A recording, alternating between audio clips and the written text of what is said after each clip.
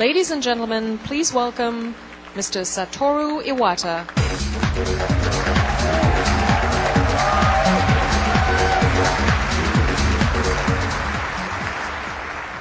Thank you and good morning. When I became Nintendo president, we decided on new goal for our company, expanding the total number of people who play games. In order to do this, we needed to target not only current gamers, but two different types of consumers. Those who once played but who had lost interest, and even those who had never played before. How would we do this? The industry has always tried to improve in the same direction with games that are more gorgeous and more complex. But in order to approach lapsed or former gamers and non-gamers, these types of games cannot serve our purpose. The logical solution is to reinvent the relationship between player and game, the game controller interface. We believe this approach can appeal to a much broader audience, but also excite core gamers. This is important because core gamers always represent our most important audience. Our first implementation was Nintendo DS. Like many disruptive innovations, at first, it confused some people. But these people began to understand when they started to pet their puppies with a stylus and talk to them through the microphone. Next in Japan, we launched the first of the brain games. They have already been played by millions of people who never tried a video game before. Many people in our industry thought these consumers were impossible to reach. But now, the trend is spreading to the Western world. So, how do we continue this strategy with Wii? One-hand control with the Wii remote is just like the touch screen of DS. It breaks down a barrier to non-gamers and lapsed gamers. For anyone, it is comfortable. In addition, most lapsed gamers have wonderful memories of games they used to play. The virtual console aspect of Wii will bring them together again. And the virtual console will also act as a living laboratory for simple, intuitive games. Using the creative approach with the Wii remote, control, and the business model of the virtual console, maybe a game like Tetris can be feasible once again.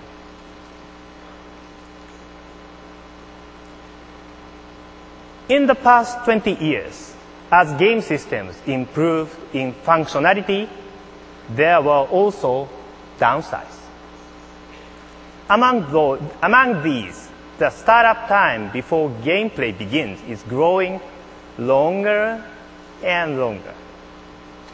I have been planning, developing, and playing games for a long time, and I still love all of this. But these days, I am busier than ever. And if I have to wait 30 seconds or 40 seconds or more for a game to load, often I get frustrated, and sometimes I just cannot wait.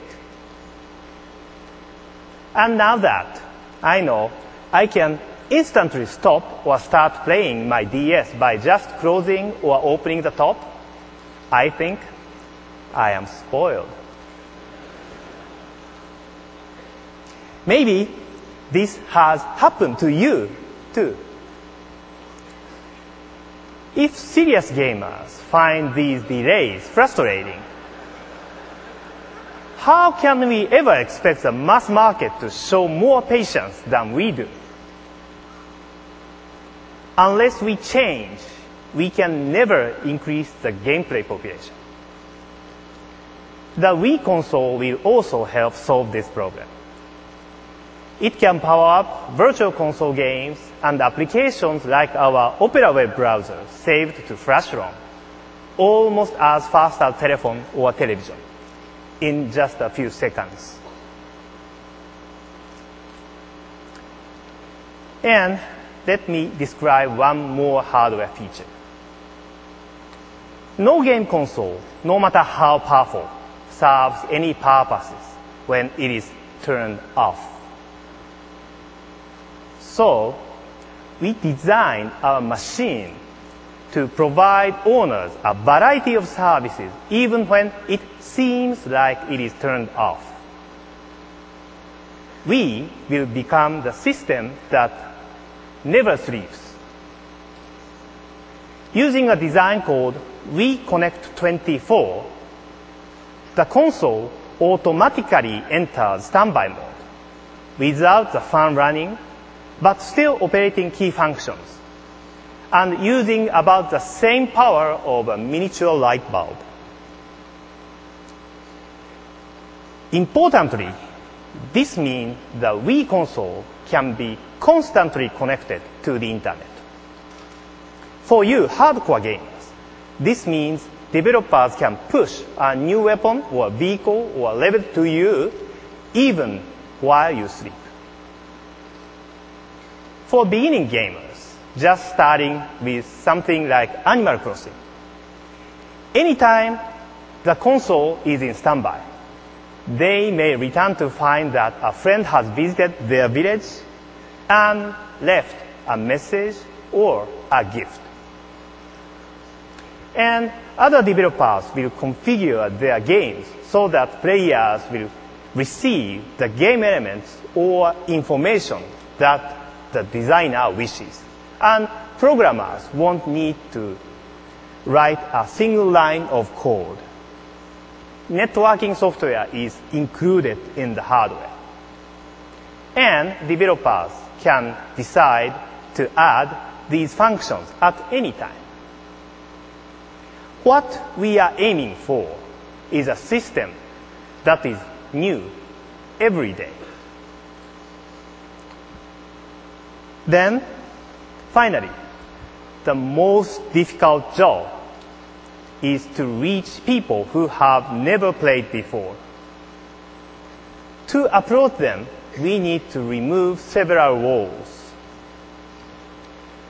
New controllers and virtual consoles are important, but most important is software that these people will really want to play.